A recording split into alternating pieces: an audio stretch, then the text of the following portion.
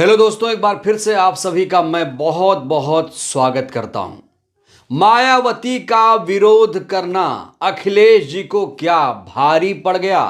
क्या अखिलेश जी का दिल्ली में ये आकर कहना कांग्रेस पार्टी से कि आप ये बता दीजिए, क्या आप मायावती जी को इंडिया गठबंधन में शामिल कराना चाहते हैं?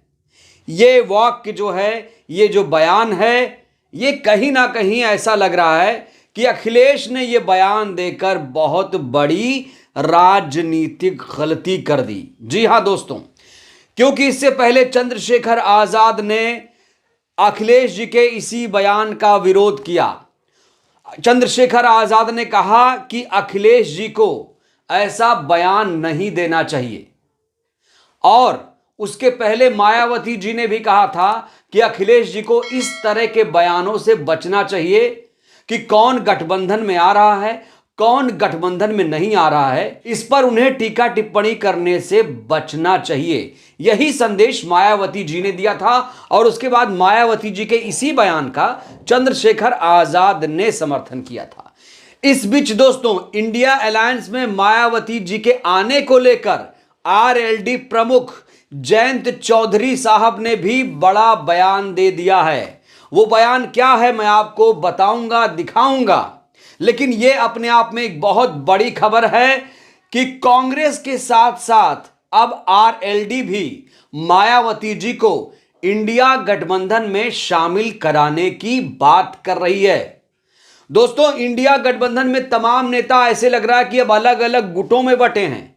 याद है आपको वो वाकया जब कांग्रेस के अध्यक्ष मल्लिकार्जुन खड़गे साहब को केजरीवाल, अखिलेश यादव और ममता बनर्जी जी ने कहा कि खड़गे ही प्रधानमंत्री पद के चेहरा होंगे इंडिया गठबंधन की तरफ से।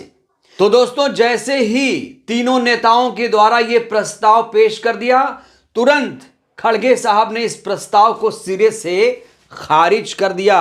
कहा कि मुझे प्रधानमंत्री नहीं बनना है, फिलहाल अभी इंडिया गठबंधन का जीतना जरूरी है। खड़गे साहब ने कहा कि पहले सभी दलों को शामिल कराया जाए, बीएसपी सुप्रीमो को शामिल कराया जाए, और साथ ही साथ तमाम जो राजनीतिक पार्टियां हैं, वो पार्टियां जो बीजेपी विरोधी पार्टियां हैं, जिनकी विचारधारा बीजेपी से मैच नहीं करती है, उन्हें इंडिया गठबंधन में शामिल कराया जाना चाहिए। सूत्र बता रहे हैं कि खड़गे साहब भी मायावती जी को लेकर पॉजिटिव नजर आ रहे हैं। जी हां दोस्तों, यह बहुत बड़ी खबर है अपने आप में। खड़गे साहब भी कहीं ना कहीं मायावती जी को इंडिया गठबंधन में लाने के लिए राजी हैं।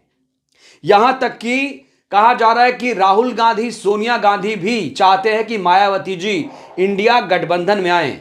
और मैं आपको यह ताजा अपडेट देना चाहता हूं कि इस समय बसपा सुप्रीमो दिल्ली में मौजूद हैं। तो बसपा सुप्रीमो को लेकर भले ही अखिलेश थोड़े कहीं ना कहीं कॉन्शियस नजर आ रहे हैं, वो इनसिक्योर नजर आ रहे हों, लेकिन उनके कई साथी धीरे धीरे अब मायावती जी को इंडिया गठबंधन में शामिल कराए जाने की कहीं ना कहीं एक बात करते हुए नजर आ रहे हैं।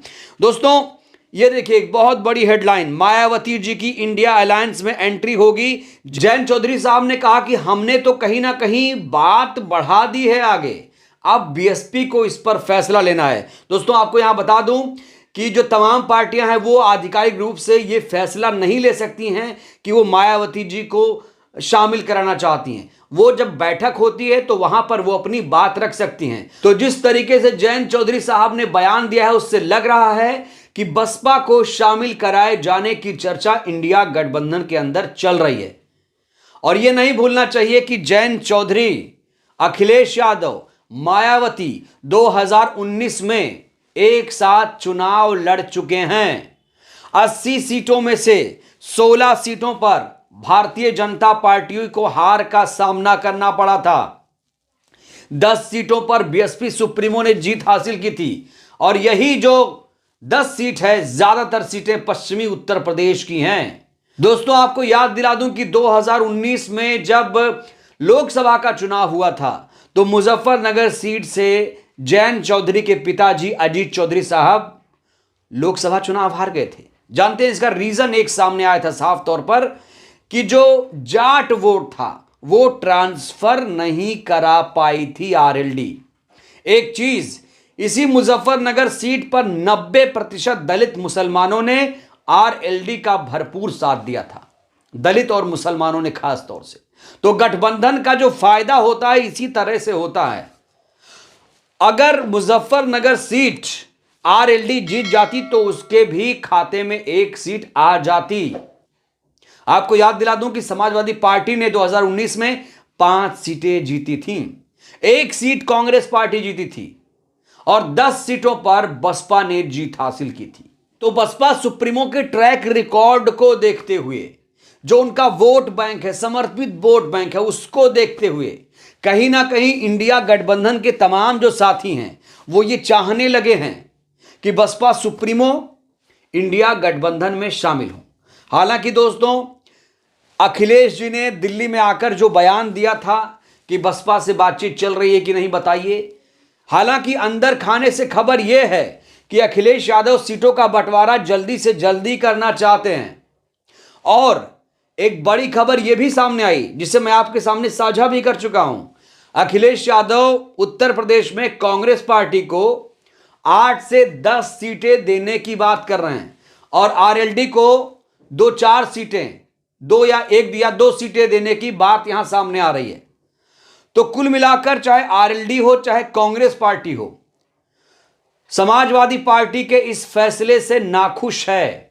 आपको बता दूं, पश्चिमी उत्तर प्रदेश में 27 लोकसभा सीटें हैं। जी हां दोस्तों, 27 लोकसभा सीटें, और इस इलाके को जाट लैंड कहते हैं। जाटों का अच्छा खासा यहां पर प्रभाव है, दलित मुसलमान फैक्टर भी काम करता है। और इसीलिए आरएलडी जो है खास तौर से वो नहीं चाहेगी कि मायावती जी इंडिया गठबंधन में शामिल ना हों। इसीलिए जयंत चौधरी साहब भी ये चाहते हैं कि मायावती जी इंडिया गठबंधन में आए। जब बेंगलुरु में इंडिया गठबंधन की बैठक हुई थी तब भी साफ तौर पर जयंत चौधरी साहब ने इशारा कर दिया था कि मायावती जी को इंडिया गठबंधन में शामिल होना चाहिए। और एक बार फिर से इशारा किया है, इशारा, क्योंकि यहां खुलकर नहीं बोल सकते, फैसला तो इंडिया गठबंधन के प्रमुख लोगों को लेना है। जयंत चौधरी तो इशारा ही कर सकते हैं। तो कुल मिलाकर मायावती जी के पक्ष में धीरे धीरे लोग अब खुलकर बोल रहे हैं। उधर नीतीश कुमार साहब ने भी कहा कि हमें और इसका दायरा बढ़ाना पड़ेगा उत्तर प्रदेश में। खास तौर से सीधा सीधा कहने लगे हैं लोग कि बिना बीएसपी के इंडिया गठबंधन अधूरा है। इंडिया गठबंधन में बसपा का तड़का लगना बहुत जरूरी है। बिना बीएसपी के उत्तर प्रदेश में भारतीय जनता पार्टी को मात देना नामुमकिन है। और इसी रणनीति के तहत तमाम नेता ये चाहते हैं कि बीएसपी सुप्रीमो इंडिया गठबंधन में आए। खबर यह है कि मायावती जी इसी हफ्ते कोई बड़ा ऐलान कर सकती हैं। मायावती जी के सांसद मलूक नागर साहब ने यह बयान दिया है कि मायावती जी को प्रधानमंत्री का चेहरा बनाया जाए। यह एक शर्त कहीं ना कहीं बीएसपी की तरफ से रखी जा सकती है। अभी बीएसपी सुप्रीमो की तरफ से कोई आधिकारिक बयान तो नहीं आया है, वो दिल्ली में रणनीति बना रही हैं। 15 जनवरी को उनका जन्मदिन भी है, एक बड़ा तोहफा मिलने वाला है। तो दोस्तों, अब हमें थोड़ा सा और इंतजार करना पड़ेगा। बहुत जल्द इसी महीने के आखिर में हमें कोई बड़ा चौंकाने वाला फैसला बीएसपी सुप्रीमो की तरफ से मिल सकता है। बहरहाल दोस्तों, इस वीडियो में फिलहाल के लिए इतना ही।